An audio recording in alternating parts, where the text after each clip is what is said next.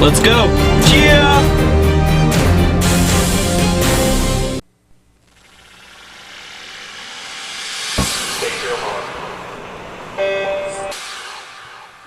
This is the Morning Swim Show for Friday, May 6th, 2011. I'm your host, Peter Bush. In the Phoenix Monitor today, we'll talk to Siphiwe Baleka. He's not just a darn good master swimmer. He has a very interesting story about what he does for a living, how he still manages to train, and how he's trying to help others do the same.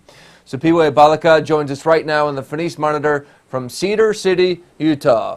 Siphiwe, thank you so much for joining us. How you doing? I'm doing great. Thanks for having me. All right, now first and foremost, you're at a truck stop in Cedar City, Utah because you're a trucker for a living, right? Yes, that's correct. This morning, I woke up, I ran 3 miles. I've been driving for 200 miles, and I stopped at this truck stop here to take a little break. Well, this is our first truck stop interview here on the Morning Swim Show, so we're very excited. Now, before we get back to the career, I want to point out you're 40 years old, you won the 50 and the 100 freestyle, some pretty fast times, 22 flat, 48.4. You won your age group last weekend at the Masters Nationals here in Arizona. So, I mean, you're a heck of a swimmer, but I imagine you're on the road a ton, right? Yeah, I just turned 40, April the 14th. I was just hoping to make the top 10, actually.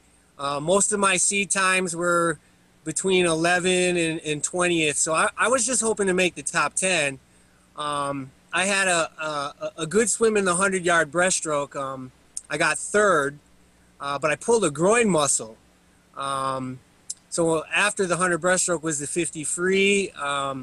I was in the second fastest heat for my age group, and I just had a good race, and I was totally surprised. Well, and you got the patches on your shirt to prove it there, or the stickers right there as one falls off. Yeah, I'm real proud of these. Show them off when you're on the road. That's great. Wait, so Yeah. you won the 50 free with a pulled groin muscle? Yeah, that's correct.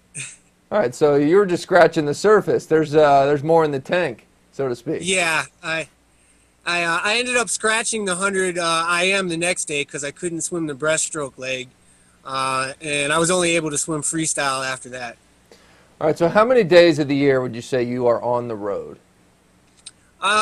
This year I was on the road close to 320 days. Wow. All right, so how in the world do you manage to stay in shape? Well, I've been driving almost 3 years now, and when I first started to drive, I adopted the habits that most truck drivers have. You know, we're on the road, we're eating fast food all of the time, we're stressed out because we have to make deliveries, and I started to gain some weight, and I had never been out of shape in my entire life. So very early on when I started truck driving, I made a commitment that I would find at least 15 to 20 minutes every day to work out. I started doing just basically push-ups and sit-ups inside my truck or right on the side of my truck, stopping at rest areas to, do squats and what have you.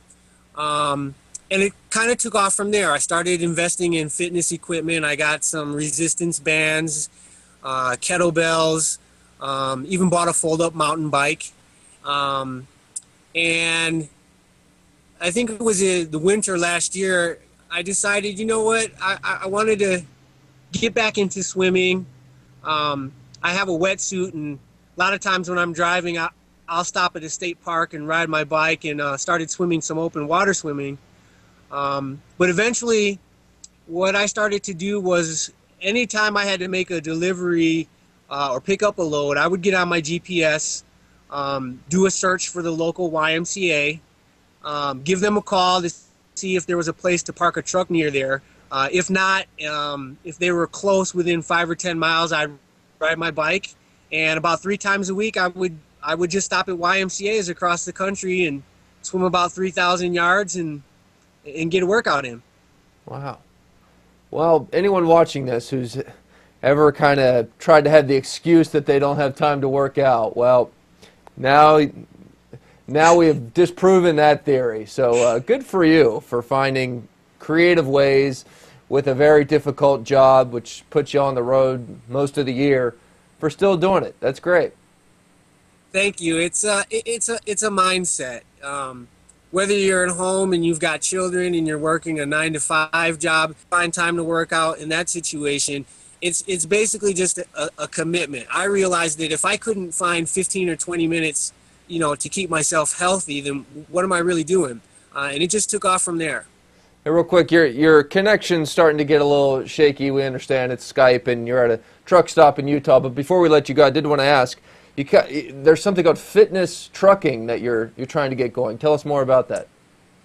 Yeah, it's a consulting company that I've started this year.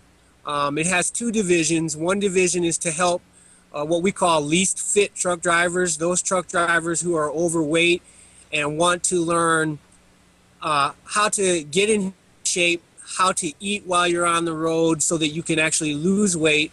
And then my other division that I'm working on is a competitive division where we will help people that want to train and be able to compete while working as a truck driver. We will I'll show them how I did it and help them plan their workouts, plan the competitions, help them plan how to train while they're driving long haul. Well, good for you, and congrats again on the great swimming. Siphiwe Baleka, before I go, what's the origin of that name? I'm just curious. I spent some time in Africa. I lived there after college, and there's a tradition there that when you return home, the elders give you a new name. That was the name that I was given, and I wanted to honor my ancestors, so when I returned to the United States, I had changed my name. Oh, wow. What was your name before that? What was your birth name? When I competed in college, people knew me as Tony Blake. I swam at Yale University, and that was over 18 years ago. Huh. Well, very cool. Like the new name. Thanks again. Thank you, Peter. All right. Interesting guy joining us. Well, that's it for today's show. I'm Peter Bush, reminding you to keep your head down at the finish.